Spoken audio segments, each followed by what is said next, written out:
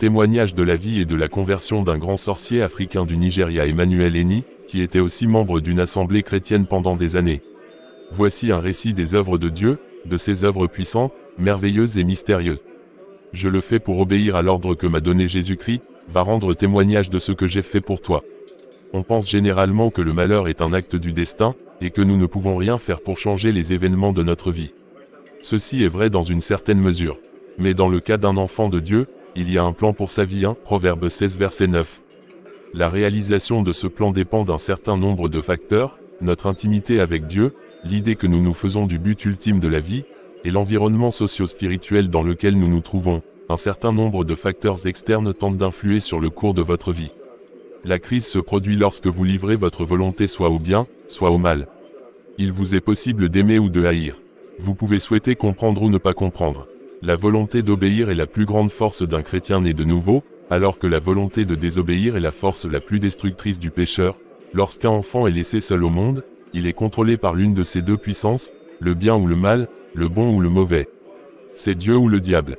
Chacun se trouve confronté à ces deux puissances dans la vie, et chacun doit choisir la vie qu'il doit mener.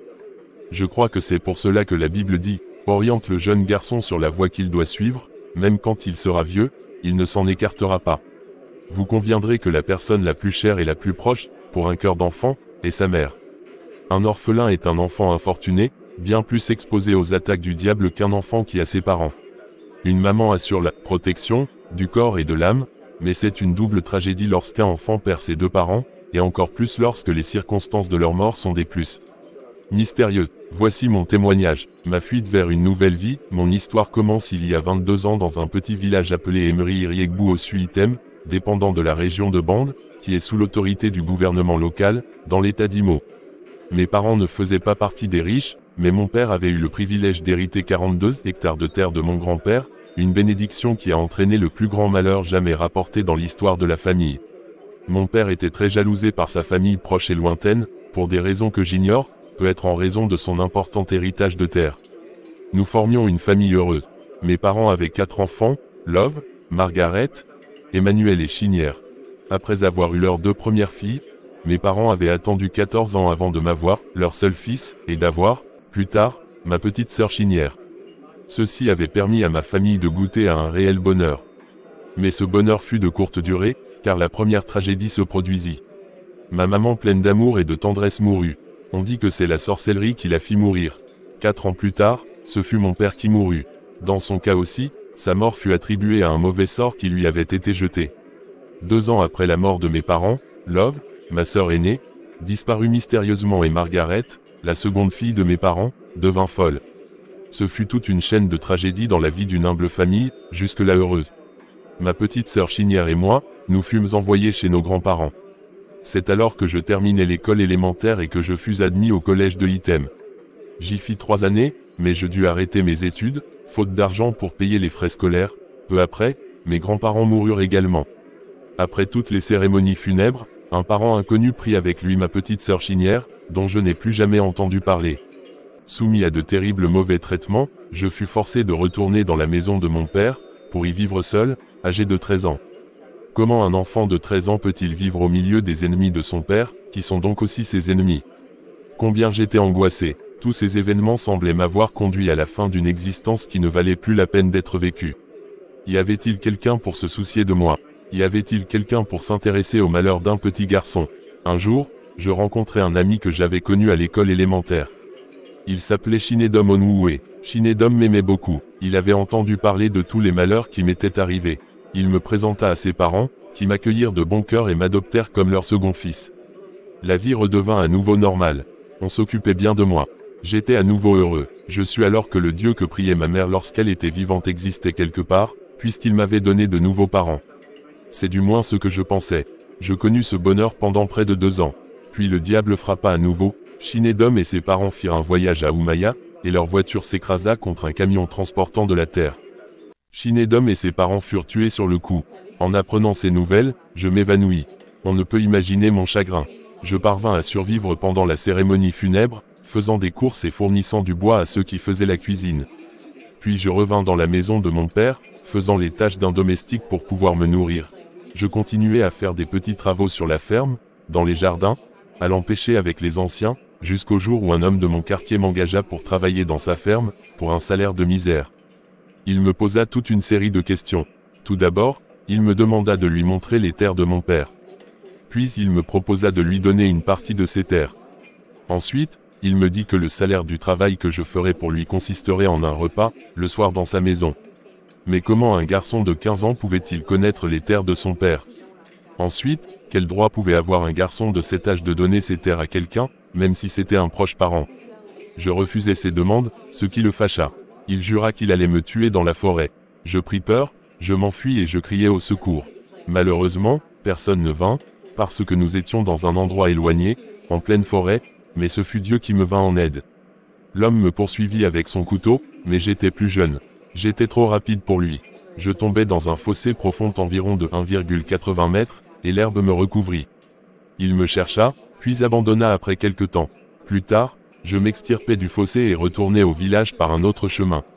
Je racontai ce qui s'était passé aux anciens du quartier mais rien ne fut entrepris.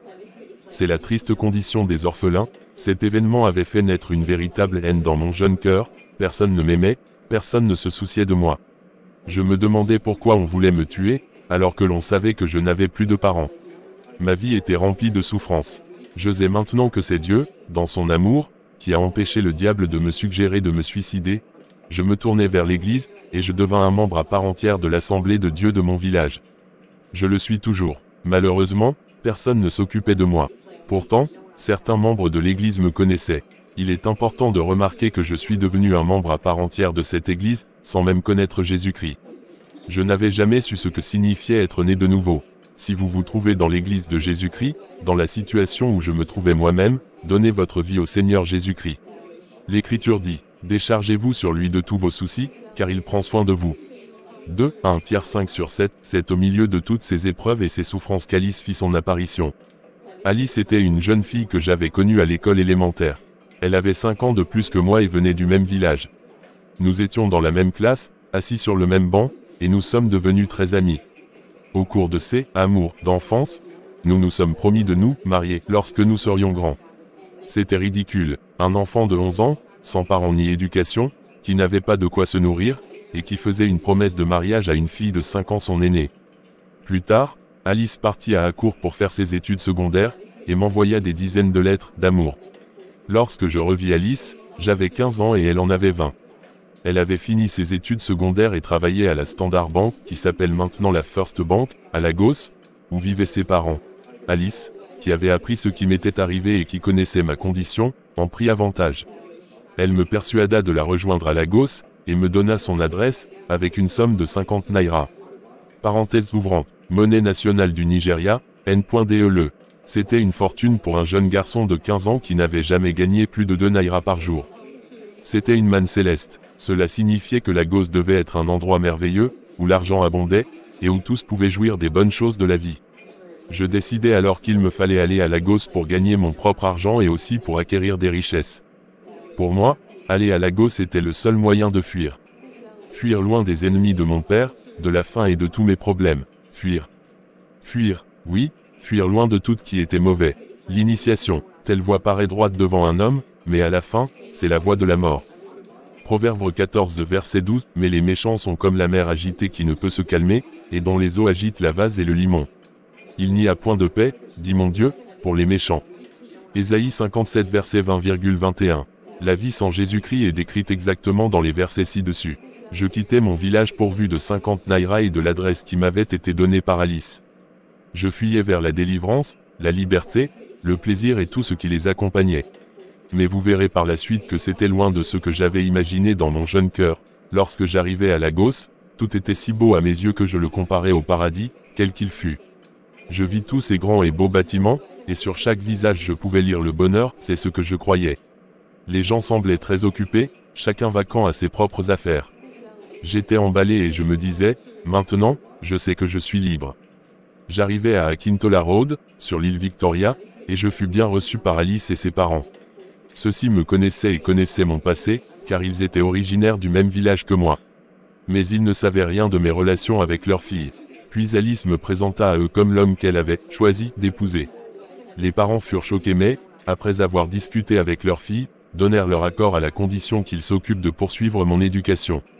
Alice rejeta leur proposition et exigea qu'ils me permettent de vivre avec elle dans son appartement.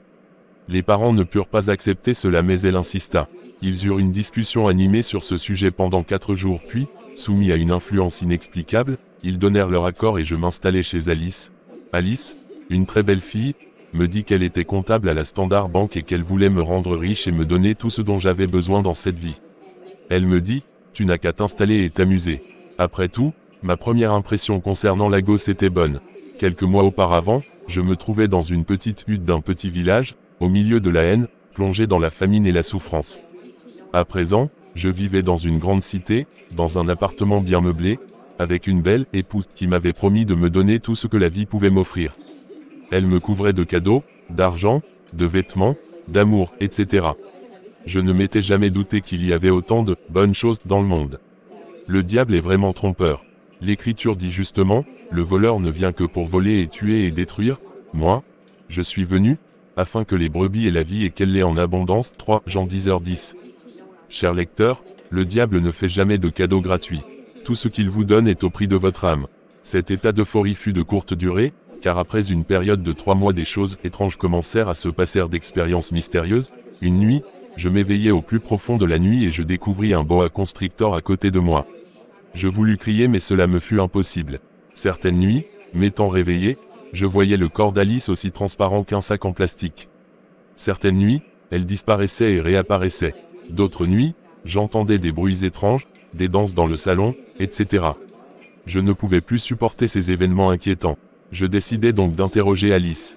Sa réaction première fut violente et elle me lança un sérieux avertissement.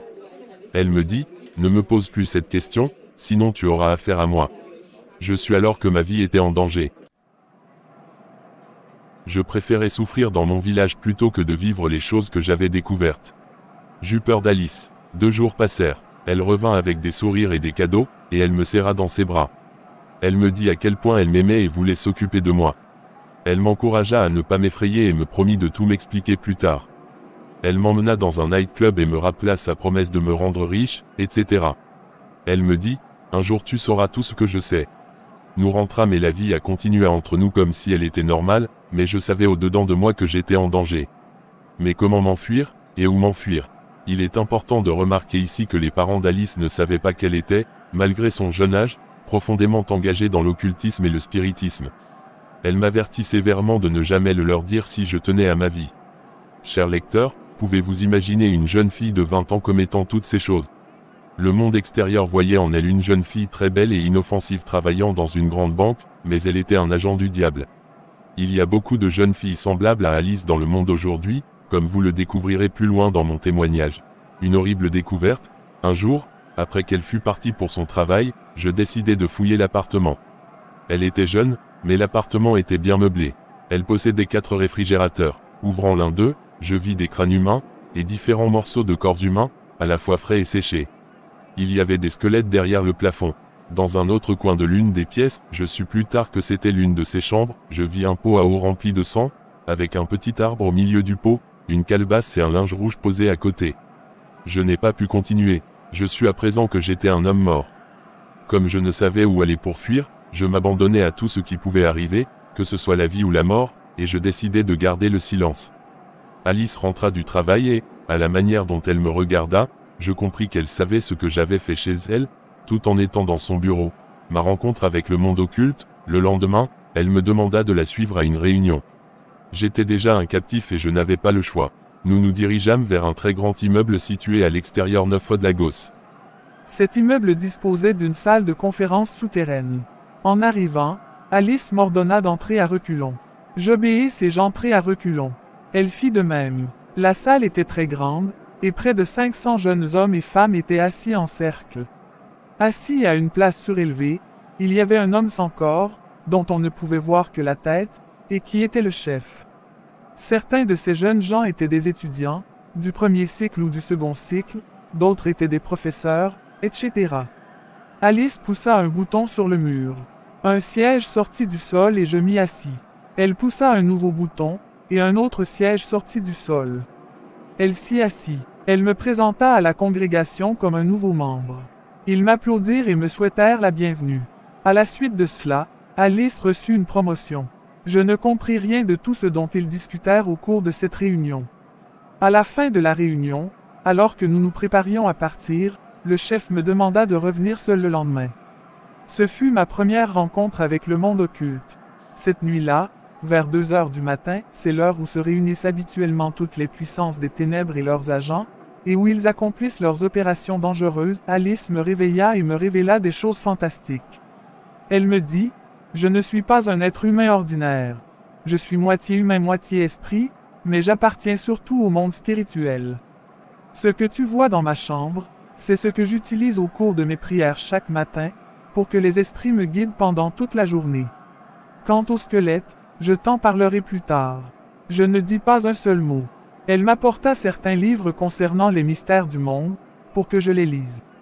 Ayant un esprit inquisiteur, je décidai de les lire. En peu de temps, je fus intéressé. Elle vit immédiatement que j'étais intéressé et, sans que je le sache, elle envoya mon nom à une société occulte en Inde. Le lendemain, comme j'en avais reçu l'ordre, je retournai seul dans ce groupe. Je rencontrai 9 autres personnes, ainsi que quelques témoins. Nous devions être initiés. Nous fûmes appelés au centre de la grande salle, et on nous administra les choses suivantes. 1. Une préparation qui ressemblait à du mastic fut frottée sur notre corps. Ceci nous qualifiait pour devenir un membre à part entière. 2. On nous donna à boire un verre rempli de liquide semblable à de l'huile. Ceci nous qualifiait pour être un agent. 3. On frotta notre tête avec une poudre semblable à de la poudre à canon. Ceci nous qualifiait pour étudier l'heure. Mystère. Sans que je le sache, cette cérémonie d'initiation était aussi enregistrée en Inde, et je reçus une lettre d'eux le lendemain. Dans cette lettre, on me demandait de tacher la lettre avec mon propre sang, et de la leur renvoyer par un moyen qu'ils me prescrivaient, et non par la poste. Je le fis. J'étais parvenu au point où je ne pouvais plus revenir en arrière. Revenir en arrière aurait signifié la mort, comme on me le rappelait toujours, et je savais qu'il n'y avait plus d'espoir pour moi. L'initiation 3. L'alliance avec Alice. Un matin, de bonne heure, elle me dit qu'une importante cérémonie devait être accomplie dans la maison. À 2 heures du matin, elle traîna chez elle un enfant, une petite fille bien vivante. Devant moi, elle arracha avec ses doigts les yeux de l'enfant. Le hurlement de cet enfant brisa mon cœur. Elle sacrifia ensuite l'enfant et la réduisit en morceaux. Elle versa le sang et la chair sur un plateau et me demanda de manger. Je refusai. Elle me fixa du regard, et il m'est impossible de décrire ce qui sortit de ses yeux. Avant de réaliser ce qui se passait, je m'étais mis non seulement à manger la chair, mais aussi à lécher le sang. Pendant ce temps, elle me dit, « Ceci est une alliance entre nous. Tu ne diras à aucun être humain sur la terre rien de ce que tu me verras faire, ni rien de ce qui me concerne.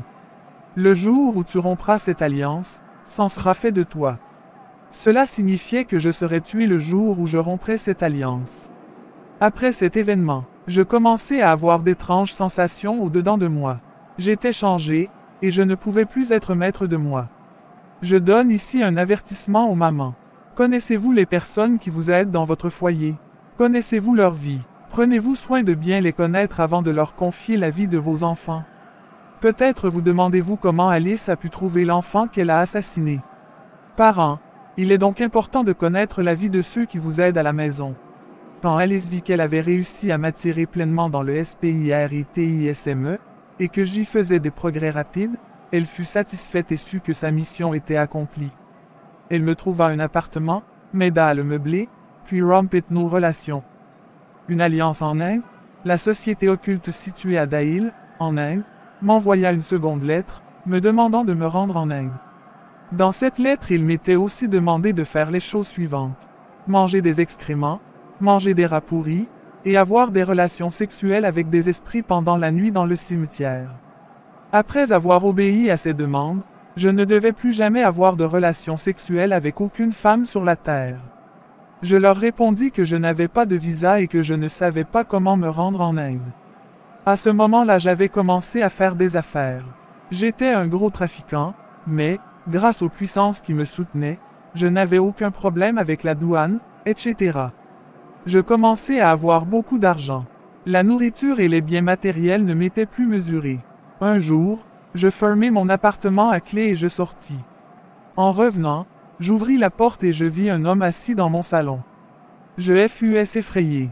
Il me dit, dans cette lettre il m'était aussi demandé de faire les choses suivantes. Manger des excréments, manger des rats pourris, et avoir des relations sexuelles avec des esprits pendant la nuit dans le cimetière. Après avoir obéi à ces demandes, je ne devais plus jamais avoir de relations sexuelles avec aucune femme sur la terre. Je leur répondis que je n'avais pas de visa et que je ne savais pas comment me rendre en Inde. À ce moment-là, j'avais commencé à faire des affaires. J'étais un gros trafiquant, mais, grâce aux puissances qui me soutenaient, je n'avais aucun problème avec la douane, etc. Je commençais à avoir beaucoup d'argent. La nourriture et les biens matériels ne m'étaient plus mesurés. Un jour, je fermai mon appartement à clé et je sortis. En revenant, j'ouvris la porte et je vis un homme assis dans mon salon. Je fus effrayé. Il me dit, « Êtes-vous Emmanuel Amos ?» Je lui répondis oui. Il me dit, « J'ai été envoyé pour vous emmener en Inde. Alors préparez-vous. » Je fermai tout à clé et vins m'asseoir auprès de lui sur le coussin, prêt à recevoir l'ordre suivant. Rapide comme l'éclair, il me toucha et nous disparûmes. Je me retrouvais dans une grande salle de conférence à Daïl, en Inde, au milieu d'un grand rassemblement de gens qui étaient déjà assis et qui nous attendaient. Des dossiers furent apportés. Mon nom était déjà inscrit, et on me demanda de signer. Je le fis. On amena un plateau contenant de la chair humaine découpée en morceaux et une cuvette remplie de sang. On donna un pichet vide à chacun, et un homme sans tête vint verser la chair et le sang dans tous les pichets. On brûla aussi différents types de cierges et d'encens. L'homme sans tête fit certaines incantations, et tout le monde but le sang et mangea la chair. Puis la réunion se termina. Mes initiations en Inde. Maintenant était venu le moment des épreuves que je devais subir. Je fus envoyé dans une vallée profonde d'environ 200 mètres. Elle contenait diverses sortes de dangereux reptiles et de bêtes féroces, qui devaient me torturer. Je ne devais pas crier, car si je le faisais, j'échouais à mes examens, et la conséquence était la mort. Après 7 jours d'agonie, on me sortit de là pour m'envoyer dans un endroit appelé la jungle indienne. Dans cette jungle, je vis différentes sortes d'oiseaux démoniaques. Ils étaient démoniaques parce que certains avaient des têtes de chiens, d'autres des têtes de chats, etc. Tout en ayant des ailes. Il y a dans cette jungle une grotte, et seuls ces oiseaux démoniaques peuvent ouvrir cette grotte. Ils ouvrirent la grotte et j'y pénétrai. J'ai du mal à décrire les choses que je vis. Il y avait là de terribles créatures. Certaines ressemblaient à des êtres humains, mais avec des queues et sans visage humain, etc. Ce fut un autre endroit de torture. Pour décrire le mieux cette torture, on peut dire que c'était presque l'enfer. Je fus dans cet état pendant 7 jours, puis on me fit sortir. On m'envoya ensuite dans une très grande bibliothèque qui contenait de gros volumes de livres mystiques destinés à être étudiés. Je choisis par la suite 2 livres. L'un s'appelait Abyssinie, ce qui signifie destruction, et l'autre s'appelait Assini, ce qui signifie donner la vie ou apprêter. Plus tard, on me donna d'autres livres. On me demanda de me préparer une chambre dès mon retour au Nigeria, et d'y placer les choses suivantes. Un pot à eau de mon pays, rempli de sang humain, et contenant un arbre vivant.